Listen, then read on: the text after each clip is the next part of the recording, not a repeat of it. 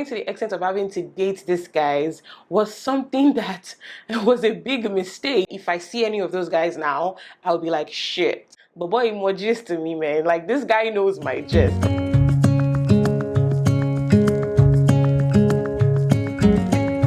Welcome back to my channel. Bemi Badmus here. Thank you so much for stopping by. If it's your first time here, welcome, and regulars, welcome back. So to the video of the day. This is a part 2 of mistakes that I made in my single season.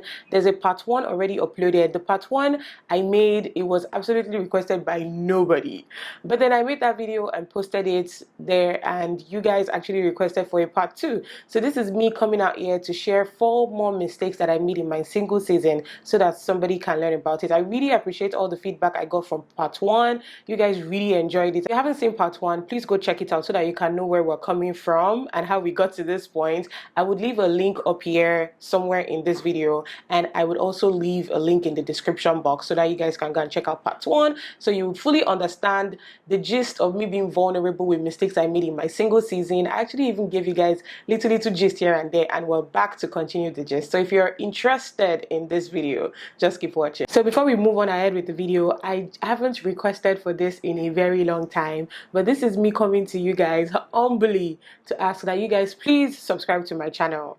I haven't said this and stressed this enough in recent times, maybe in the last 1 year, but I'm going to go forward and start doing this now. Please subscribe to my channel. We are at 13,000 subscribers. I'm trying to get to 20,000 in a couple of months. Please, please, please do what you have to do to please share my videos, subscribe to my channel, and God bless you in return as you do so. So yes, mistakes I made in my single season. So the first one we are diving right into today is the fact that I was entertaining guys that I knew I had no business entertaining. Like, I just knew that nothing was going to go forward in this relationship. I had no business, absolutely no business talking to these guys, or like even going forward to even date them. Like, it's okay to talk and have cordial relationships and just be friends, but going to the extent of having to date these guys was something that was a big mistake, because it was just a waste of time. And the funniest thing was that deep down, I kind of knew it was a waste of time, but it was almost like I wanted to waste my own time intentionally. Do you understand? So I'm thinking, what are opportunities and things that I've passed on just by wasting my time with these guys that I knew I had no business, entertaining? For example, I'm a Christian. I come from a Christian background. I've always been a Christian. I only gave my life to Christ and became a born-again Christian in 2012. So yes, I was a practicing Christian because I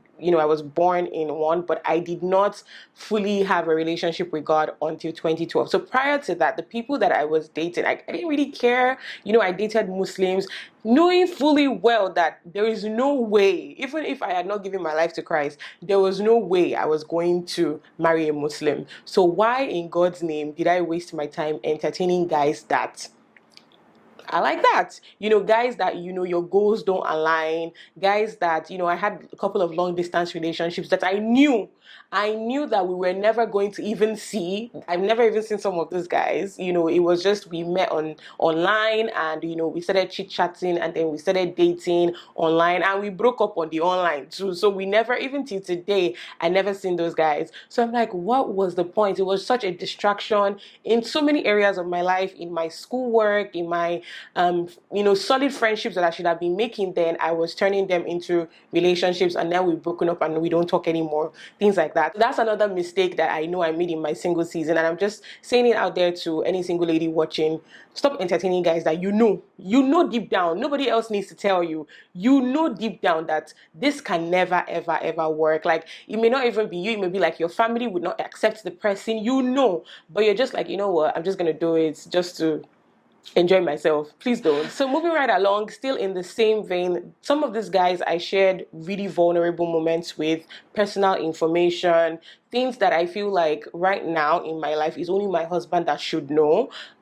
He knows about them because obviously I've told my husband about those things, but like really personal things that I'd shared with these guys, or even female friendships at the time, that I thought, these were like my people, and, I was just sharing and being vulnerable with those people. And now, like, I'm not even talking to a lot of these guys anymore. I'm not even talking to some of these friends anymore. You know, we've like gone our separate ways. But now I feel very uncomfortable. Like sometimes I get anxiety knowing fully well that but boy more gist to me, man. Like this guy knows my gist. Like this babe knows like some things that I've done. It makes me feel so uncomfortable when I think about it. I know, yes, when I let them now snap out of it, I remember that it's just the devil trying to, just put fear in me and make me anxious for nothing, right?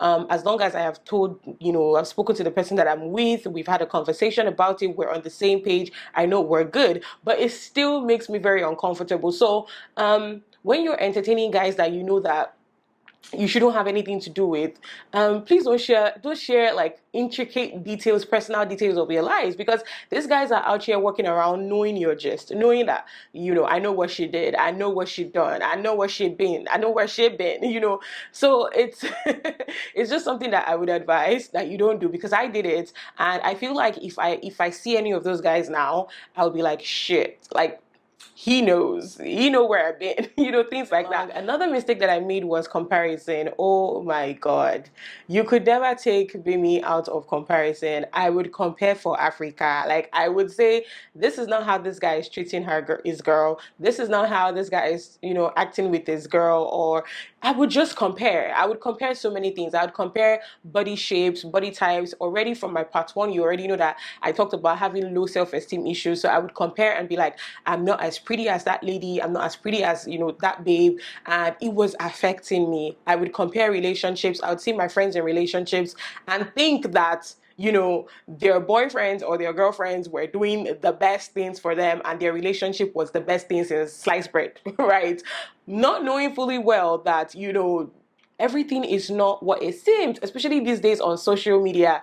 Everything is not what it seems. You see couples coming together, creating content. It's just content. Let me tell you, it's just content. The things that are going on behind the scenes in their marriages, you don't know. They necessarily don't have to be like evil things. It necessarily doesn't have to be things that would lead to like a divorce or things like that, or break up in their relationship or anything like that. But you are not in the relationship. The only people in that relationship are the guy, the girl, God, Holy Spirit, Jesus Christ. Those are the only people in the relationship. So you don't know what is going on. So stop comparing. Comparison is a thief of joy. I did that a lot, and it actually always stole my joy, which was why another reason why I always had issues with the people that I was with or the guys that I was dating. I would always compare and say, my friend's boyfriend did this for them, you didn't do this for me, blah, blah, blah, blah, blah. Especially because if you watch part one again, I was talking about how I didn't get much gratification from these guys. Like I wasn't getting material things, I wasn't getting that companionship, I wasn't getting sexual relations, so it wasn't like, it was a lot to always compare, because like I said, I wasn't getting these things from all these people. So the next mistake I made in my single season was that I wasn't focused on my career. I wasn't focused on my career advancement. So here I am, I'm married, I have a daughter that is 3, a toddler, and if you don't know, I don't have a master's degree. I only got my BSc degree in the US, and I came back to Nigeria after working shortly in the US, and I came back to Nigeria. So I do not have a master's degree. And so now I'm at the point where I'm trying to get a master's degree. I'm trying to get professional certificates. And it's so hard because, I've been married, I've been pregnant, now I take care of a toddler, I take care of a home. I'm doing so many things. And, I'm just here like, I wish I actually got like my master's degree or my PhD while I was single. So if you are single right now and you're thinking, oh, whenever I get married, I'm just going to do all of these things, it is possible to get it. Like I said, I am getting it, but it is much harder. Like sometimes I imagine when it was just me, like I didn't have to worry about anybody else, it was just me, I could get how many degrees I wanted to get without having to think, as my daughter 18, I have to take her to school, I have to pick her up from school. It is just much harder. And then I am working at the same time and trying to do all of these things. It is much harder. So when you're in your single season, this is something that I think you should also try to focus on. If you are a career person, if you're a business person, you're trying to build business, that is the best. See, once marriage enters, once that man comes or that lady comes, like there's just much more to do. If you are earning, I don't know, 200,000 naira monthly, now whether you like it or not, even if you're a lady and you say, okay, your husband is giving you all the money, or you will still be buying things for your children, that money is not just your own anymore. It's now like for all these other people around you. You hire a nanny, you this, you like, there's so many other things to do. Whereas if it was just you, you'd be able to study more. You'd wake up in the middle of the night, you study, you would be able to take on more courses, take on more challenging roles at work. But once that child comes in, or once, you get married, it just gets harder. I don't know how to explain it more than that. It is just harder. It is not impossible. Like I said, I'm using myself as an example. I'm attaining all of these things. I'm doing it right. I'm doing it, I'm getting it, but it's just much harder. If I was single, it would have been much easier. I met a good guy, I met a great guy, got married, things like that. I love my husband, I love my daughter to death. But what I'm trying to say is that I wish I bagged those degrees when I was still single. And that's something I think you should consider, and not, and not let it be like this was a mistake I made. Okay. So the next mistake that I made was that I did not travel a lot. I did not go on them girls trip. I did not explore countries. Those are things that are so easier to do when you are single. Like I said earlier, it's not that it's impossible when you're married, but when you're married, you have a child, and you live in Nigeria, where you have a Nigerian passport, you don't have a UK, a British passport, an American passport, a Canadian passport, where you can easily tour around the world. It gets harder because now you want to do it. Things are expensive. Inflation is high up there. Ticket prices are not even smiling. You start thinking of, where do I put my daughter, where do I put my son, so that I can go on this vacation. Or if you want to go on the same vacation with your child, trust me, that's not even going to be a vacation. That's just you parenting and mothering in just a different location. That's just what it is.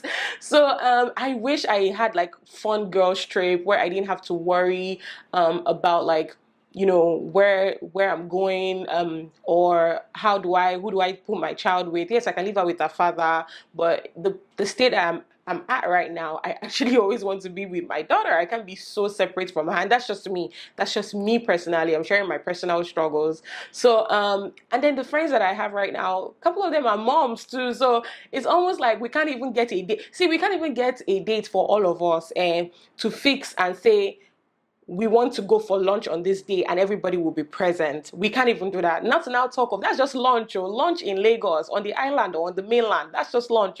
Not to now talk of planning a whole trip where we all have to put our kids somewhere and then we all have to travel out. Like, people do it, and I love and live vicariously through those people that do it, and I love it for them so much. But the place I'm in my life, I can't do it. I can't even afford it. That's the funniest thing. I can't even start to afford it.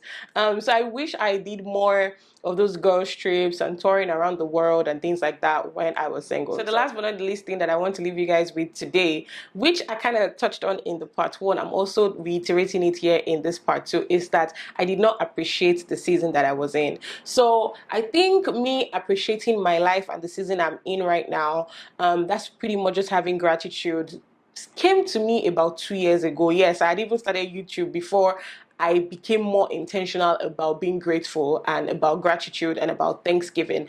When I was single, listen, there was nothing like that. Oh, it was almost like, God, you're not doing this thing fast. You're not answering my prayers fast. Like, I did not, yes, I was born again, but I did not cultivate a bit of being grateful and being appreciative of, whatever circumstance or whatever situation I was at the time.